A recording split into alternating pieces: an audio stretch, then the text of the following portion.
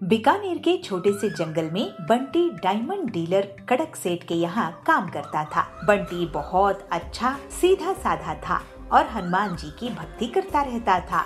उसको हनुमान जी को लड्डू का भोग लगाना और सरसों के दिए से आरती करना बहुत अच्छा लगता था और इसी वजह से उसको कड़क सेठ बहुत पसंद करता था। लेकिन कड़क सेठ का लड़का टिल्लू बंटी से बहुत नफरत करता था। टिल्लू बहुत ही लालची और चोर किस्म का था। वो बंटी को बहुत बार नीचा दिखाने की कोशिश करता था, लेकिन बंटी कभी भी बुरा नहीं मानता था। वो शिव जी का भक्त था। बंटी, इस बार मुझे 4 गुनी सेल्स चाहिए। तुम्हें बहुत मेहनत करनी पड़ेगी। मैं कोई बहाना नहीं सुनूंगा।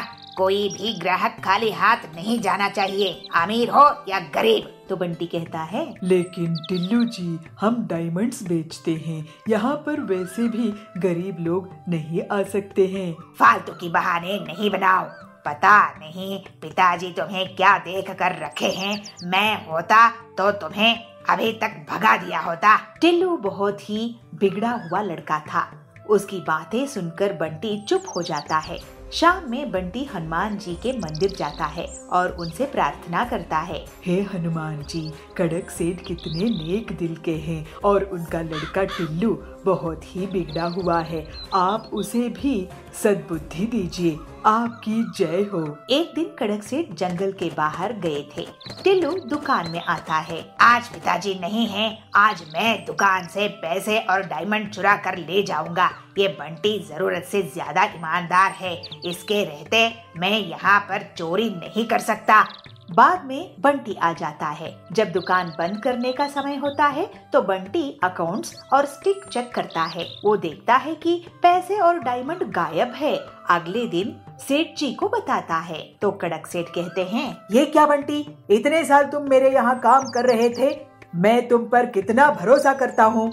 ये मेरे लिए बड़ा नुकसान हो गया है। इसकी जिम्मेदारी तुम्हारी है। अब इसकी भरपाई कैसे करोगे तुम? तो बंटी कहता है, लेकिन सेठ जी, मेरा भरोसा कीजिए, मैंने चोरी नहीं की है। मुझे मेरे नुकसान की भरपाई कर दो बस। मैं तुम्हारी अच्छाई के कारण तुम पर पुलिस कंप्लेंट नहीं कर रहा हूँ। बंटी दुखी मन से दुकान से चला जाता है। वो हनुमान जी के मंदिर में बैठकर रोने लगता है। हे हनुमान जी, मैंने कभी भी किसी का नुकसान नहीं किया है।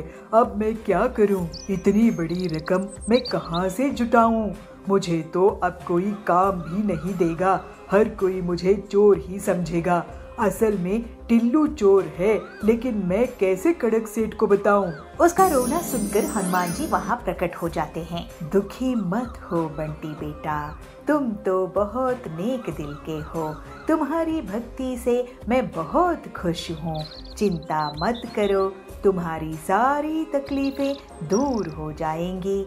ये मणि रखो और इसको अपने घर के बाहर मिट्टी में लगा देना। इसमें से हीरे के फल निकलेंगे और जैसे ही टिल्लू इस पेड़ के पास आएगा वो सब सच उगलने लगेगा। जय हनुमान जी, जय हनुमान जी, जय जय हनुमान जी। और फिर जैसा हनुमान जी ने कह के गए थे, बंटी वैसा करता है और देखते ही देखते उसके यहाँ डायमंड्स का पेड़ उग जाता है। टिल्लू को ये बात पता चलती है। वो अपने पिताजी के साथ वहाँ आता है। जैसे ही वो पेड़ के सामने आता है, वो सच उगलने लगता है। पिताजी, मैं बंटी की ईमानदारी से नफरत करता हूँ और इसी वजह से इसको मैंने झूठे केस में फंसाया है और आपकी नजरों में गिरा दिया। अब ये मैं कैसे सब सच सच बोल दिया? तो कड़क कहते हैं, तुम सच कह रहे थे टिल्लू। बंटी हनुमान जी का भक्त है। अब उसकी भक्ति की असर से ही तुम खुद मान गए कि असली चोर तुम हो। मुझे माफ कर दो बंटी, मैंने तुम जैसे नेक दिल वाले हनुमान भक्त पर शक किया। तुम्हारे हीरे के पेड़ से अब तुम खूब तरक्की करो। सेठ जी, ये सब तो हनुमान जी की कृपा से हुआ है, वरना मेरी इतनी हैसियत कहाँ। मैं अब हनुमान जी के नाम से गरीबों को खाना खिलाऊंगा और उनकी अब और जोर जोरों शोरों से भक्ति करूँगा। फिर बंटी पूरी ईमानदारी के साथ काम में जुट जाता है और हनुमान जी की कृपा से उसका जीवन अब हमेशा के लिए सुधर जाता है। भोजपुर गांव के जंगल में पीलू चिड़िया एक साधु के पास जाती है। साधु महाराज जी, मुझे कोई तरीका बताइए जिससे मैं लोगों के मन की बात जान सकूं। लोगों की मन की बात जानना बहुत कठिन होता है बेटी, लेकिन तुम्हें मैं एक सैनिटाइजर देता हूँ। तुम इससे जिस पर भी छिड़काओगी वो सच बोल पड़ेगा। अभी टीचर्स डे आने वाला है, मैं इससे बच्चों के मन की बात जान सकूंगी और उन्हें एक बेहतर स्टूडेंट बना दूंगी। ठीक है बेटी। अगले दिन फिर पीलू स्कूल जाती है और क्लासरूम में आती है। बंटी, तुमने होमवर्क क्यों नहीं किया है? ओ ना मैडम जी, टीचर्स डे की तैयारी कर रहा था तो टाइम कैसे निकला पता ही नहीं चला। पीलू उस पर साधु का दिया हुआ सैनिटाइजर छिड़का देती है और वो सच बोलने लगता है। मैडम जी, मैं सो रहा था, मोबाइल में गेम खेल रहा था, होमवर्क करने का मन नहीं था और टीचर्स डे कब है मुझे पता ही नहीं। अब बोले ना असली बात। बंटी को पनिशमेंट मिलती है। कालू ये सब देखकर सोचता है, मैं ये सैनिटाइजर चुरा लूँगा। कालू पीलू के बैग से चुपचाप सैनिटाइजर चुरा लेता है। फिर वो मजे लेने लगता है। वाह भाई साहब, आपके बेटे को तो बहुत अच्छी नौकरी लगी है। कालू उस पर सैनिटाइजर छिड़का देता है। मेरा बेटा आपके बेटे से ज्यादा टैलेंटेड है। आपका बेटा रिश्वत देकर नौकरी में लगा है। अरे क्या बकवास कर रहे हो? और कालू हंसता है। शाम में कालू पीलू और उसके पति जाबाज के घर के पास जाते हैं। क्यों जाबाज जी, आज भी आप घर लेट आए हो? कहाँ थे? वह एक दोस्त से मिलने अस्पताल गया था। कालू उस पर सैनिटाइजर छिड़का देता है। अरे मैं कोई अस्पताल नहीं गया था। तुम टीचर हो ना, तो तुम्हारी डांट से डर लगता है तो थोड़ा झूठ बोल दिया। मैं तो बार में गया था। हाँ, अभी मजाक चकाती हूँ तुमको। जाबाज की झाड़ू से पिटाई हो जाती है। ये देखकर कालू बहुत ही खुश होता है। तभी पीलू उससे सैनिटाइजर छीन लेती है और कालू को डांट लगती है। कालू, ये तुम स्टूडेंट्स के भले के लिए था, तुम्हारी मस्ती के लिए नहीं। अब तुम टीचर्स डे में 5 ऐसे लिख कर लाओगे। अगर कोई बहाना बनाए तो याद रखना, मेरे पास ये सच उगलने वाला सैनिटाइजर है। जी मैडम। ये सुनकर कालू वहाँ से भाग गया। अरे पीलू, ये साधु का दिया सैनिटाइजर इतना असरदार है, ये तुम इससे कड़क की मदद क्यों नहीं करती? सुना है वो एक बहुत बड़े चोर को पकड़कर लाया है, लेकिन वो पैसा कहाँ छुपाया है ये नहीं बता रहा है। मेरा भाई इंस्पेक्टर कड़क की भी मैं इसी सैनिटाइजर से मदद करती हूँ।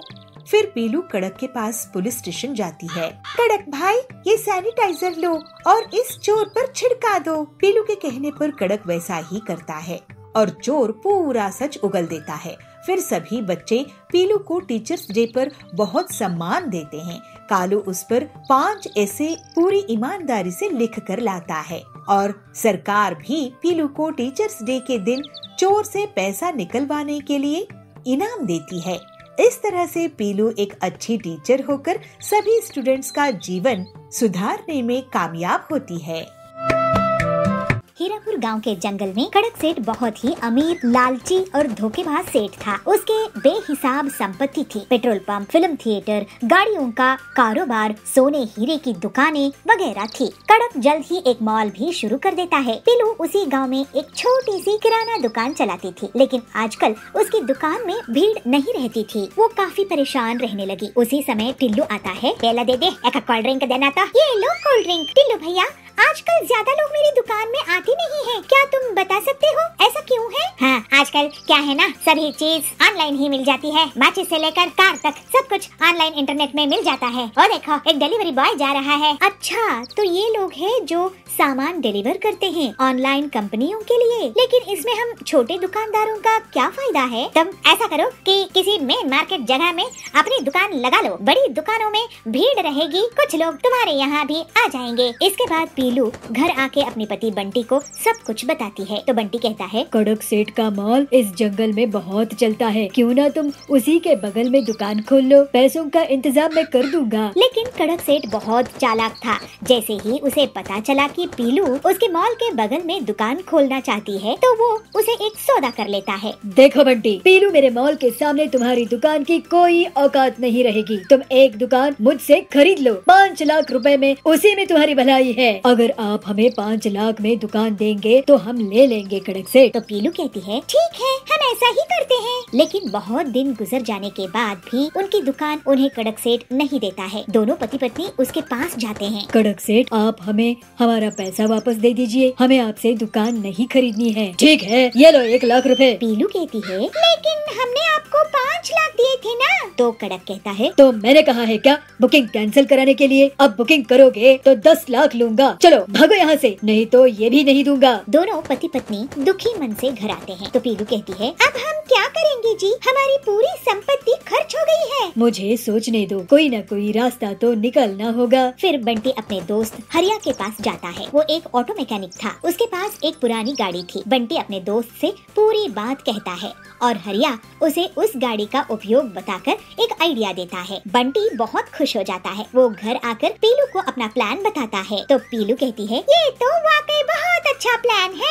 अगले दिन बंटी गाड़ी में पूरी किराना दुकान सजाकर निकलता है। लोग बड़ी हैरानी के साथ उसे देखते हैं। तभी जाबाज कहता है, अरे ऐसे सुपरमार्केट तो मैंने पहले कभी नहीं देखा। तो बबली कहता है, वाह वाह बंटी भैया, पीलू दीदी, आप लोगों ने तो कमाल ही कर दिया है। अब से मैं आपके इस गाड़ी सुपर बाजार से ही सामान खरीदूंगा। तो बंटी कहता है, ये गाड़ी सुपर बाजार पूरे जंगल वालों के लिए सबसे सस्ती दुकान है। मॉल भूल आओ, वहाँ का महंगा सामान भूल जाओ। यहाँ गाड़ी सुपर बाजार से किफायती कीमत में सामान खरीदो। हमारी गाड़ी बाजार आपके पास एक फोन कॉल में खुद ही चल कर आएगी, आपको ऑनलाइन ऑर्डर करने की परेशानी से बचाएगी और मॉल जाने की तकलीफ से भी आपको छुट्टी मिलेगी। इस तरह से बंटी और पीलू अपना गाड़ी सुपर बाजार चलाने लगते हैं और जंगल के पक्षी उनको बुला बुलाकर उन्हीं के यहाँ सामान खरीदने लगते हैं। जल्द ही कड़क का महंगा मॉल बुरी तरह से नुकसान में चला जाता है और जो उसने बैंक लोन लिया था वो नहीं चुका पाता है। इस वजह से उसे जेल हो जाती है। फिर पीलू और बबलू हंसी खुशी अपना जीवन बिताने लगते हैं।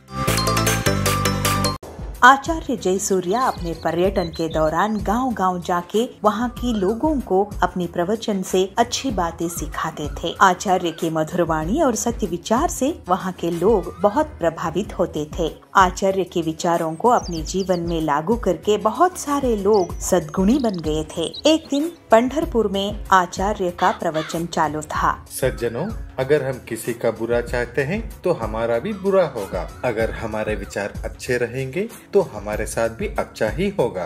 कितना सीधा साधा है यह विचार। आचार्य की प्रवचन चालू था तो तभी वहाँ पे एक आदमी आके पहुँच जाता है और आचार्य की पैर पे साष्टांग नमस्कार करते हुए यह कहता है, आचार्य जी, मुझे बचा लीजिए, मैं तो आपकी शरण में आ गया हूँ। अरे मैं कौन होता हूँ तुम्हें बचाने वाला? हम सब की रक्षा तो परमेश्वर करता है। आचार्य जी, आप ऐसा मत कहिए। हमने देखा है आपकी वाणी से बहुत सारे लोग अपनी जिंदगी संवार चुके हैं। सब आपकी नाम की जपमाला जपते हैं। अच्छा बंधु, आपका समस्या क्या है बताओ। मैं एक डकैत हूँ। तभी सभा में बैठे सारे लोग एक दूसरे के कानों में खुसर पुसर करने शुरू कर देते हैं। अरे मैंने तो सोचा ही नहीं था कि ये डाकू है। अरे मैं सोच रहा था मेरी अंगूठी कहाँ गई, इसी ने चुराया होगा। अरे ये डकायत अगर हमारे गांव में आ गया तो किसी की खैर नहीं।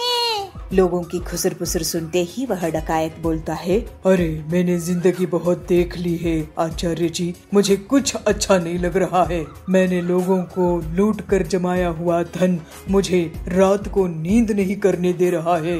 अरे तुम्हारे कर्मों का तुम्हें पश्चाताप है तो तुम्हारी समस्या क्या है? आचार्य जी, मैं ये सब छोड़ के सीधी साधी जिंदगी जीना चाहता हूँ, इसीलिए आपकी शरण में आया हूँ, मुझे मार्गदर्शन कीजिए। आचार्य डकायत की दुविधा समझते हैं और उसे कहते हैं, अरे वो तो बहुत ही आसान है। आज से अपना कुकर्म छोड़ दो और ये मन में ठान लो और उसी के पथ पे चल पड़ो।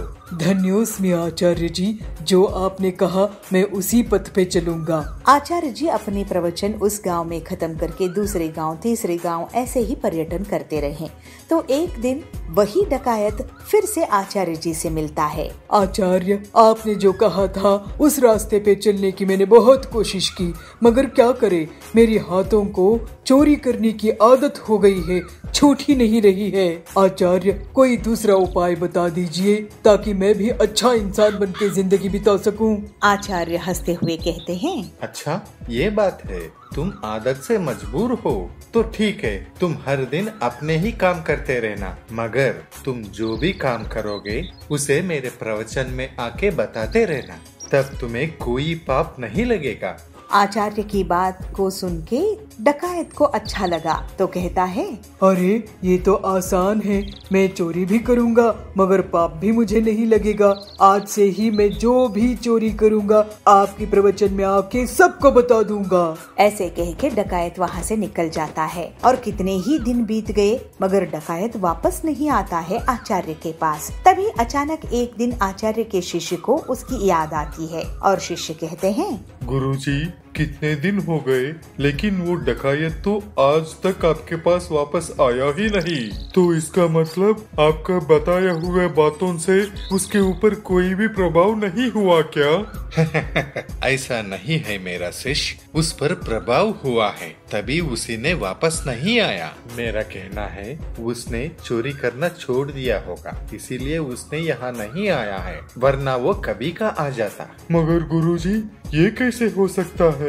उस डकायत को अपने चोरी करना छोड़ने की लालच थी। चोरी करना बहुत ही आसान है शिष्य, लेकिन उसे सबके सामने ऐलान करना, अपने आप को उससे प्रायश्चित करना बहुत ही कठिन होता है और यह बात उसे समझ में आ गया है। और अच्छे काम करने की बातें मेरे पास आके बताने की वजह भी नहीं है और इसीलिए मुझे तो विश्वास है वो डाकू सुधर गया होगा। ऐसे कह के आचार्य अपने शिष्य को विवरण देते हैं। और एक दिन आचार्य की प्रवचन चल रही थी तो उसी गांव में रहने वाला वह डकायत आचार्य को मिलने आया और आचार्य से कह रहा है, आचार्य, आपकी वाणी ने मेरे जीवन की पथ ही बदल दी। मैं अब जिंदगी से बहुत खुश हूँ। उस दिन से आज तक मैंने एक भी चोरी नहीं की।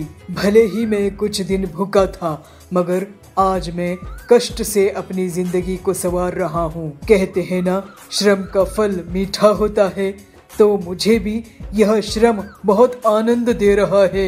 आपकी आशीर्वाद मुझ पर सदा ऐसे ही बने रहे आचार्य।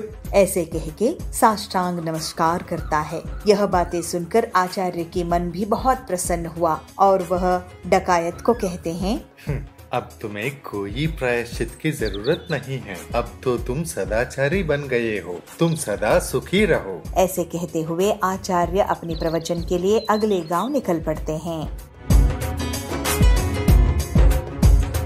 सर्दियों का मौसम चल रहा था। पीहू हिरन और चुनू बालू की स्कूल की भी छुट्टियां पड़ गई थी। वो दोनों दिन भर खेलते ही रहते थे। उनके साथ उनकी सोसाइटी के बच्चे भी खेलते रहते थे। एक दिन जब वो बाहर से खेलकर घर में आए तो उन्होंने देखा कि उनके मम्मी पापा कपड़ों को बैग में पैक कर रहे हैं। तो इस पर दोनों को उत्सुकता हुई, इसलिए दोनों ने एक साथ पूछा, मम्मी पापा हम कहीं जा रहे हैं क्या?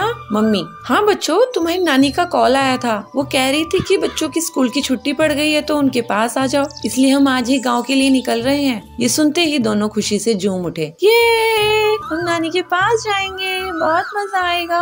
दोनों ने जल्दी जल्दी से अपना अपना बैग पैक किया और ट्रेन को पकड़कर नानी के गांव आ गए। वो जैसे ही नानी के घर पहुंचते हैं वैसे ही नानी बाहर निकल कर आती है और पीहू और चुन्नू को गले से लगा लेती है। अरे मेरे बच्चों, आ जाओ आ जाओ। अरे कितने बड़े हो गए हो तुम तो। आ जाओ, चलो अंदर चलो, तुम्हारे मौसा मौसी मामा मामी इंतजार कर रहे हैं। चलो चलो। वो जैसे ही घर के अंदर आते हैं वैसे ही पीहू और चुन्नू के मामा मामी और मौसा मौसी उनकी खातिरदारी में लग जाते हैं। अरे मेरे बच्चों, कैसे हो तुम? पिछली बार आए थे तो कितने छोटे थे, अब देखो कितने बड़े हो गए हो। देख पीहू, तेरी मौसी तेरे लिए क्या लाई है। ये तो मेरी फेवरेट चॉकलेट है। थैंक यू मौसी। पीहू और चुन्नू को भी बहुत अच्छा लग रहा था। उन्होंने सबको नमस्ते की। कुछ देर बाद वो अपने खेत पर पहुँचते हैं जहाँ गन्ने की फसल लगी हुई थी। मामा जी, मुझे गन्ना खाना है, एक गन्ना दो ना। अरे क्यों नहीं मेरी लाडो रानी, रुको मैं अभी तोड़ कर देता हूँ। मामा 2 गन्ने तोड़कर पीहू और चुन्नू को देते हैं। दोनों बड़े ही मजे से गन्ने का लुत्फ उठाते हैं। उसके बाद वो सरसों का खेत भी देखते हैं। मौसी जी, ये सरसों के फूल तो बहुत सुंदर है, मैं एक फोटो खिंचा लूं? क्यों नहीं, जरूर आओ, मैं तुम्हारी फोटो खींच देती हूँ। मौसी दोनों की फोटो खींचती है। तभी वो देखते हैं कि पास ही के खेत में कुछ गायें और भैंसे घास चर रही हैं। ये नजारा उन्हें और लुभाता है और वो आगे बढ़कर उन्हें चारा देते हैं। खेत को घूमने के बाद वो दोनों घर आ जाते हैं। रात भी हो जाती है, ठंड अब और बढ़ने लगती है। नाना जी, यहाँ पर बहुत ठंड है, मुंबई में तो इतनी ठंड नहीं पड़ती, कुछ करो ना। क्योंकि बच्चों, वहाँ पर खेत खलियान और पेड़ पौधे इतने नहीं हैं जितने यहाँ हैं, इसलिए यहाँ ठंड भी ज्यादा पड़ती है। पर तुम चिंता मत करो, मैं अभी आग जला देता हूँ। नाना जी लकड़ियों को इकट्ठा कर उन्हें जला देते हैं। तभी लाइट भी चली जाती है। ओ, अब लाइट भी चली गई नानी जी, पूरे घर में तो अंधेरा छा गया है, अब क्या करेंगे?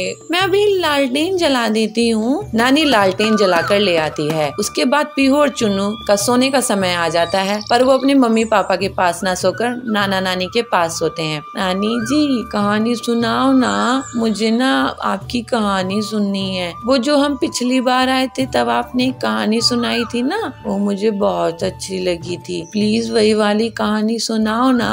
कौन सी वाली बेटी, मुझे याद नहीं है, तुम बताओ तो मैं सुना दूं। वही नानी, वही वो कौवे वाली, वो प्यासे कौवे वाली जो आपने सुनाई थी। ओहो, वो वाली कहानी सुननी है तुम्हें? अजी तुम ही सुना दो ना इन्हें। अरे तुम ही सुना दो भाग्यवान। नानी कहानी सुनाना शुरू करती है। दोनों नाना नानी के बीच लेटे हुए थे और कहानी का लुत्फ उठा रहे थे। कहानी सुनते सुनते दोनों गहरी नींद में चले जाते हैं और सो जाते हैं।